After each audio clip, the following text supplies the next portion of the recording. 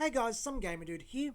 So Forceful started their spoiler season the other day, and since I'm having a bit of writer's block regarding upcoming videos, I decided to talk about spoilers as they come.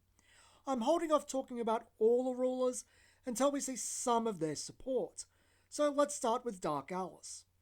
Dark Alice is a light dark ruler with a judgment cost of light dark dark. When you bring out a dark regalia, you get 2 darkness or 2 light crystals. If that regalia is hers, Unknown Mother Goose, you get 2 more. Her entire gimmick is a secondary resource system called crystals. Not terribly dissimilar to energy from the Kaladesh block from Magic, but a bit more thematic. The last point of real note is that Dark Alice doesn't have strangers. None of the rulers in this set do, though one does interact with them.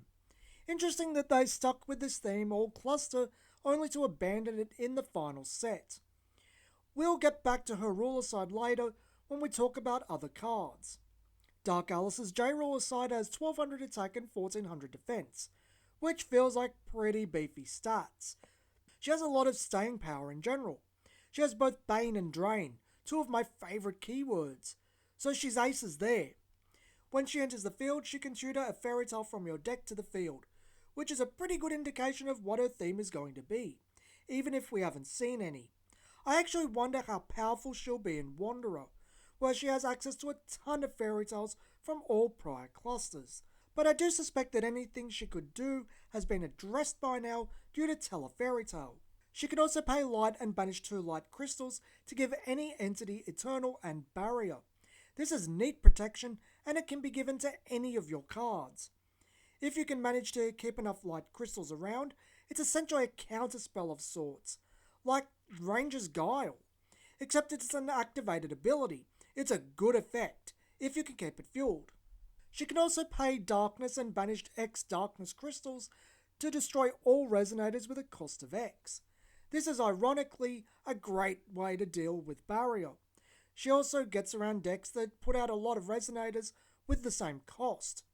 Even without her God's Art, she's quite versatile and has a lot of oomph. She feels capable and strong. Her God's Art, Mother Goose Rising, is a bit bland though. For Light Dark, you target one of each Fairy Tale and Shadow in your discard pile and place them into your hand. The more interesting part of this God's Art for now is that Shadows are returning. I'm curious whether they can incorporate the older Shadow cards in Wanderer, but I doubt it beyond Shadow Assassin as they were never that good originally. We'll have to see what Shadows and Fairy Tales she gets, but it's not like it's a bad effect. It's just not explosive or impressive. It's comeback potential. Given she is pretty impressive without it, I don't mind this at all. So all in all, I like Dark Alice. I like how she can play to the situation and is a J-Ruler you want to swing with. She's versatile. Plus the J-Ruler has some killer art. Very appealing. I also think that she might be one of the rulers you want to sit on the ruler side just to accumulate crystals. It depends how fast you can gain them otherwise. Dark Alice, like most of the 7 kings, gets a new regalia, Unknown Mother Goose, a staff. Schrodinger, her cat, is now regulated to an addition. It's a light darkness regalia with that cost, and mythic. At the end of your turn it gives you a light or darkness crystal, so some natural ramp, albeit much slower than just casting Unknown Mother Goose itself with the ruler side of Alice. It has a tap ability that can produce a combination of 2 light and darkness will to pay for God's Art, Fairy Tales, Shadows, or Mage Arts. While Regalia have been able to pay for strangers this cluster, it's their first time actually paying for normal Resonators in the hand. Going back to the older Shadows, I wonder if this will make some of the arguably better but too costly ones like Dark Faria and Shadow Doppelganger a bit more playable. Speaking of Schrodinger, he is now a Fairy Tale edition for White-Black. He has Quick Cast, which is still a keyword apparently. When he comes out, you can flicker a Regalia or Resonator you control, which is great to get more mileage out of Unknown Mother Goose without having to play another one. His effects turn him into a 1000/1000 Resonator for the turn. If you pay a Light Crystal, he has Drain and Eternal. If you pay Darkness, he gains Bane and Precision. Like Alice herself, he's modal depending on what is fed. Survivability for Light, removal for Dark. but the Dark One's combination of effects is the part of Schrodinger that sparks me. I don't like how liberally Barrier is given out in Force of Will. This gets around it. He can hunt them down the moment they come out, and anything that blocks him dies too. The fact he's a 2-cost Darkness Edition also helps Sigurd, as Sigurd can now tutor Schrodinger when he comes out. Shadow Dancer was the first card we saw from AO4, as she is the pre-release promo for the set. She's a 1500 Darkness Light Shadow Resonator for Light Light Black Black Black. If you have 3 of both Light and Darkness crystals, her cost is reduced to Light Black. We don't know what the situation is on turn 1 crystals, but on turn 2 you can get out Unknown Mother Goose, get 2 of each, then one of them. I think if we get a turn 1 crystal, she'll be turn 3 possible with minimal cards, leaving you open to 3 wool to play with since Mother Goose can pay for Shadow Dancer.